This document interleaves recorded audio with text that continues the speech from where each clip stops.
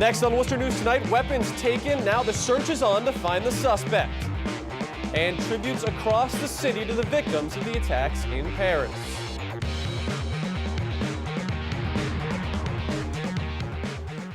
Good evening, thanks for joining us. I'm Tim McCone. We begin tonight with the investigation into more than a dozen weapons missing from a Worcester Army Reserve Center. Tonight we spoke with City Manager Ed Augustus, who says security protocols are likely to be reviewed after the incident. Well, certainly there was an issue, and I've got to assume that both the federal and state entities responsible for armories in the city and their security are reviewing those and going to make the necessary adjustments to make sure that something like this can't happen again. The Army Reserve has confirmed to us the weapons taken were 10 M11 pistols and 6 M4 rifles like the ones you see here. The FBI is leading the investigation. Our Olivia Lemon tells us tonight who and what authorities are looking for.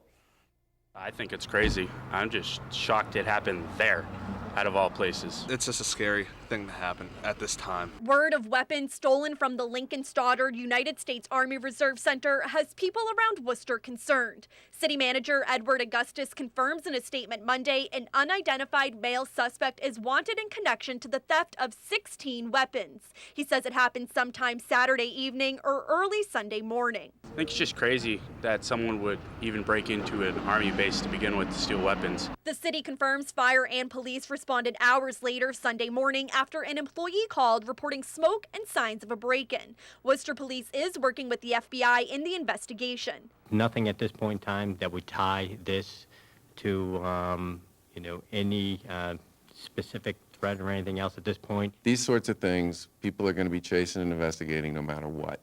And I think it's important for us to recognize that law enforcement will be collaborating, communicating, and cooperating across all levels of government with respect to anything that might appear to involve any sort of a copycat or a follow-up to this. Investigators are looking at surveillance video. In the meantime, Worcester Police say they will have additional officers in several key locations throughout the community. I think as of right now, the way everything's being handled is being handled the best it can be. A lot of stuff happens, but when something big that happened, it's kind of puts a little fear in someone's eyes. Again, a lot of people in the area are talking about this and concerned, especially since the theft happened less than a day after a terrorist attack in Paris, France.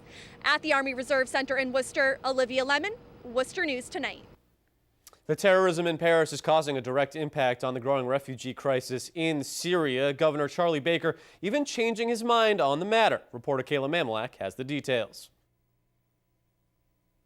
No, I'm not interested in accepting refugees from Syria. It's a change for Governor Charlie Baker, who once said he would consider bringing Syrian refugees to Massachusetts.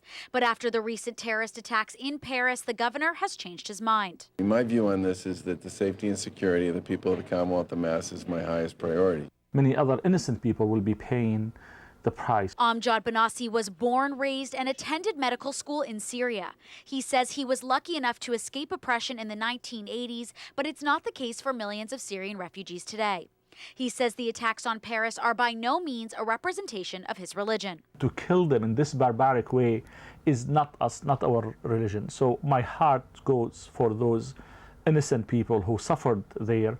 And I have no sympathy for those who did it. Other Massachusetts officials, such as Congressman McGovern, have voiced interest in letting Syrian refugees in, releasing a statement saying, "While I agree with Governor Baker that we must be cautious in the wake of the Paris attacks, I have serious concerns about any policy that would shut the door to these Syrian refugees." Banassi says making generalizations about his religion will cause many innocent refugees to die. More Muslims have been killed by ISIS than any other religions. Kayla Mamalak, Worcester News Tonight.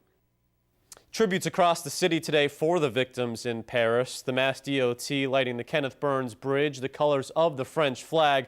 The bridge has been lit this way since the attacks on Paris Friday night. Also today, the city of Worcester showing their support. The French flag flew at half-staff outside Worcester City Hall. The city's Twitter account posted a message saying, "We stand with the city of Paris." The city says the French flag will fly outside Worcester City Hall for at least the next few days. Flags across the state are also at half-staff to pay respects to the victims in Paris. Friday, we told you the city election would go to a recount to determine the final at-large spot in Worcester's city council race. Tonight, we're learning the recount will take place after both Councilor-elect Christian King and challenger Juan Gomez filed for it. Worcester Magazine reports it was only because King, who finished 77 votes ahead of Gomez, got enough signatures that a recount will take place. The magazine is reporting City Clerk David Rushford would like to schedule the recount for next week. College of the Holy Cross students hear from a Pulitzer Prize-winning writer tonight. The discussion capped Unity Week at the college and centered around embracing the diversity in the community. Tonight at Holy Cross, Jose Vargas, a Pulitzer Prize winner, speaks of unity of all people, a topic in which students believe could not come at a better time.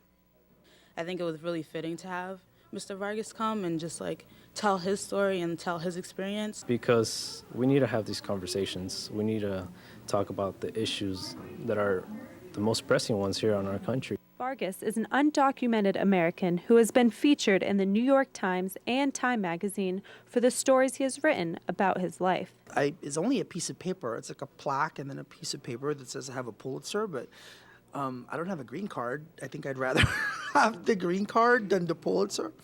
Massachusetts is undergoing, tremendous demographic changes, right? This is a state that was predominantly white with Black residents that is now becoming more Latino and more Asian. So how do they fit into what we think of when we think about social justice and equality in the state? At Holy Cross, Brittany Schaefer, Worcester News Tonight.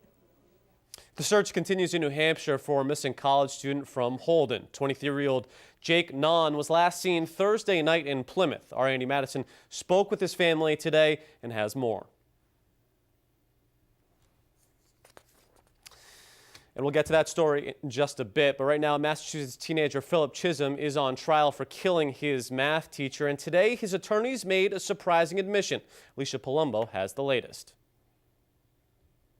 No reaction from 16-year-old Philip Chism as prosecutors described to jurors how the then 14-year-old Danvers High School freshman allegedly raped and murdered his 9th grade math teacher Colleen Ritzer in a school bathroom before allegedly dumping her body in a recycling bin and leaving her in the woods outside the school. The defendant strangled Colleen. The defendant used the box cutter he had to cut or slice her throat. And Chism's own attorney agreed. Philip Chism killed Colleen Ritzer and did unspeakable things to her body.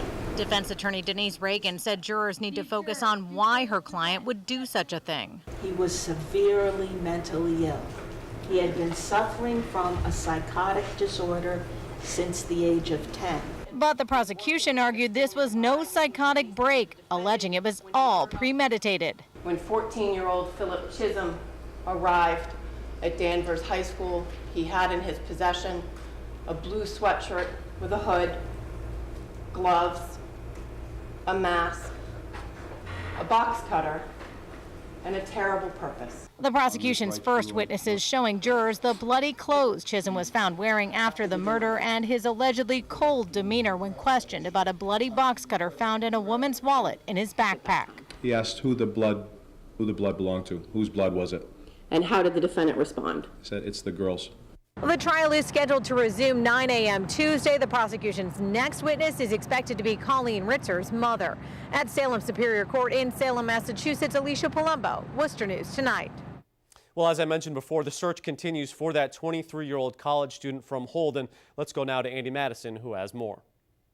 Marie Carlson anxiously waits to hear about her grandson, Jake Nahn. If he would just call to just say, I'm okay. You just want to hear that he is. The 23-year-old Plymouth State University student has been missing since Thursday night. Friends say they dropped him off at a restaurant in Plymouth, New Hampshire, where he was supposed to meet family for dinner. We stayed at the hotel because that's where he was supposed to come, and he never showed up. Recently, in the past week or so, had just been kind of going through a tough time, and his friends knew that he was kind of a little off, he wasn't quite himself. Family, friends, and authorities searched all over Plymouth this past weekend, and also Rattlesnake Mountain, where one person reported seeing a man on the hiking trail who matched Nahn's description. Nahn is from Holden, and his father lives in Worcester. Family members aren't sure if he would have returned to central Massachusetts.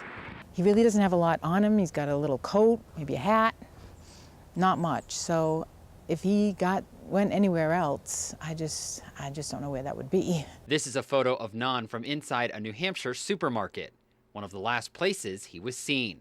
Family members say there was no indication from his friends that anything was wrong, and also say it's not like him to go off by himself for several days without telling anyone. We just want you to come home, or at least just let us know you're okay and that you need time or something. Everybody loves him. Everybody misses him. Everybody is more than concerned about his welfare. Andy Madison, Worcester News Tonight.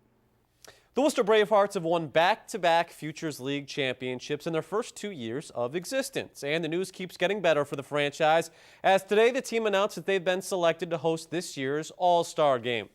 The best the league has to offer will take the field at Hanover Insurance Park on July 13th, the day after the Major League Baseball All-Star Game. The team is also planning some extra activities for the big game, including closing down Fit and Ave next to the stadium and hosting a fan fest on the street similar to Yawkey Way during a Red Sox game.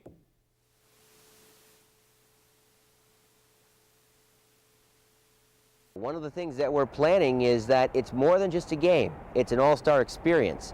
And so that might involve inviting Major League Baseball players, former Major League Baseball players to the city to take part in a charity softball game, maybe have an all-star viewing party on the night of the Major League All-Star game, and just kind of celebrating Worcester's history with the game of baseball as well. The Bravehearts will announce their regular season schedule later.